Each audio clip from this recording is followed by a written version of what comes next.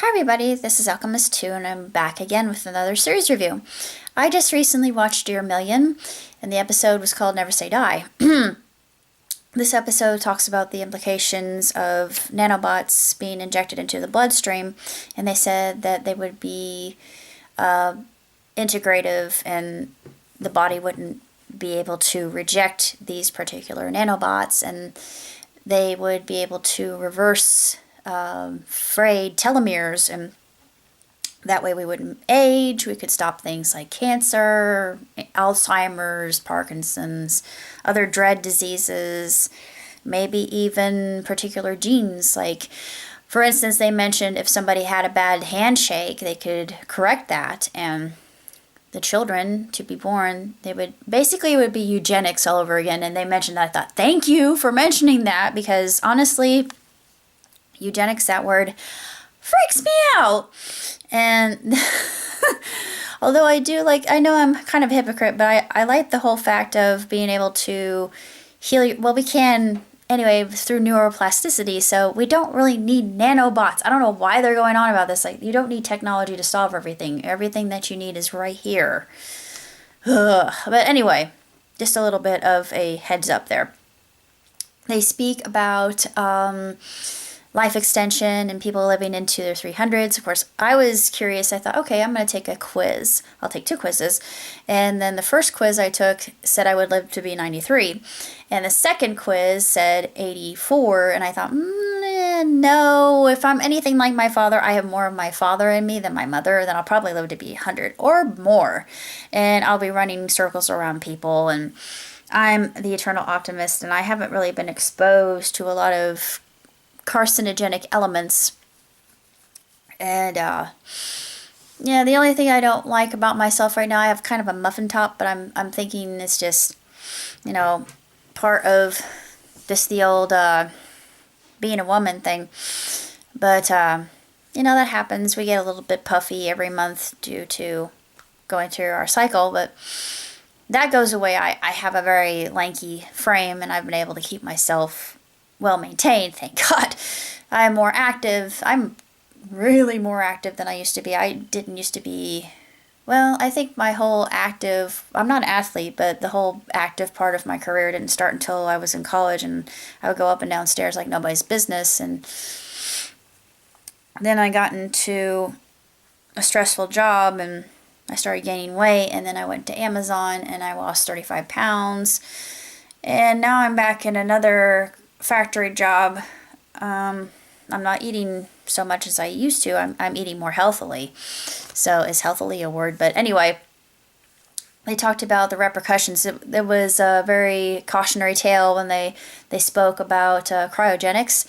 Cryogenics really frightens me quite a bit, because what if the only part of a person, they had a movie called Welcome Home, Mr. Fox, and the only part of him that was preserved was his head. And of course, if you know me, you know I love Futurama, and Futurama uses this as a reference.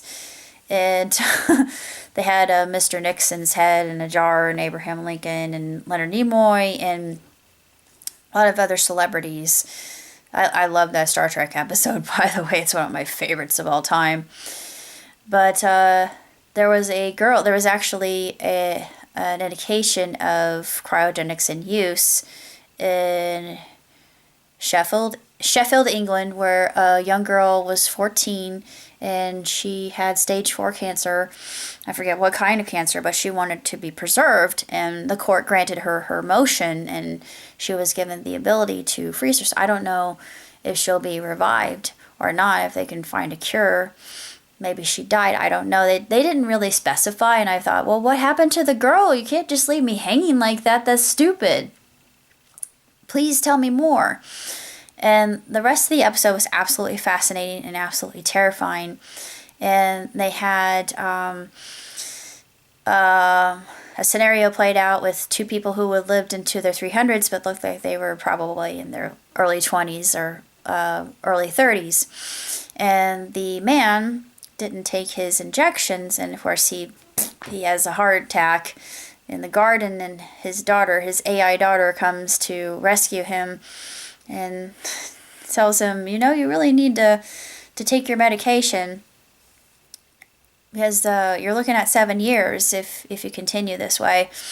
And then they led into the next episode, which will be uploading your consciousness online. And of course, they had a TBBT episode with Sheldon on a monitor rolling down the hallway. And I don't know what scares me more, the ability of eugenics, which can really ruffle a lot of ethical feathers. And for me, it's political and ethical. And then the whole premise of relationships changes, the population control will definitely take upon a whole new meaning. What will it be like when there are only adults around and there are no children? There's no profligation of humanity. What then? Will we be too bored to actually want to explore what we can learn? We'll be able to do, it'll be sort of like limitless. You'll just have this ability to do whatever you want and all the time in the world to do it and not really have to worry about, you know, the impending clock of being mortal. And I thought, that raises a lot of questions for me. I mean, if when I die, and my brain's going to science, and my body, my organs are gonna go to whomever needs them. But I'm gonna be cremated, and I know my dad probably would be saying, "Why are you gonna get cremated? You don't know what's gonna happen." I'm like, "Dad, we are all energy." I tried to convince him of this, but he just did not like the idea of cremation, and I'm all for it because in the years to come, we're going to run out of room in those grave sites. I'm sorry, but just think about that for a minute. And it's just more ecologically sound. And it just makes more sense. But anyway, moving forward, they talked about... There was one line, that particular scene when the daughter's talking to her father. And you hear the announcer say, well, if you were to ask me what kind of decision I would make, I would say, give me long enough to actually see the Cubs win another World Series. And I just laughed my butt off at that. I thought, that's hysterical. I thought, good, they're culturally alert, and they're very self-aware and kind of, you know, depreciating or deprecatory, I don't know if that's a word or not, of themselves. And I probably just made a redundancy there, but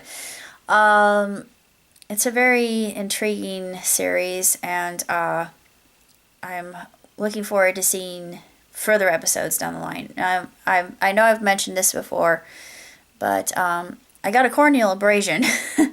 They're not pleasant, and I thought it would sting more than it does, and oftentimes it can be painful, but mine is more of an irritant than it is anything else. And of course I looked it up and I thought, I've got to flush it. And no, it's a little bit more than that. I went to the doctor, and he's a doctor I've had ever since 3rd grade. In fact, my father and me, we were his first patients.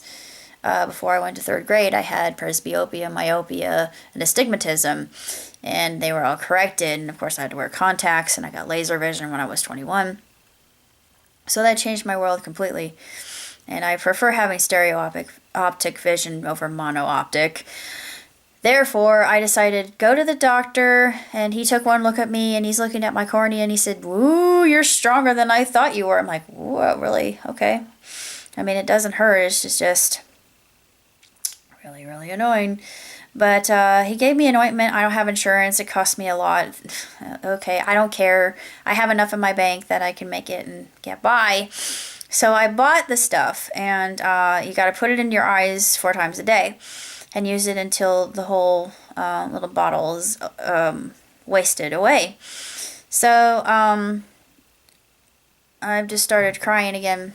So I'm going to go to sleep. I'm going to put in I'm putting in the ointment before I go to bed, and hopefully tomorrow I will be better.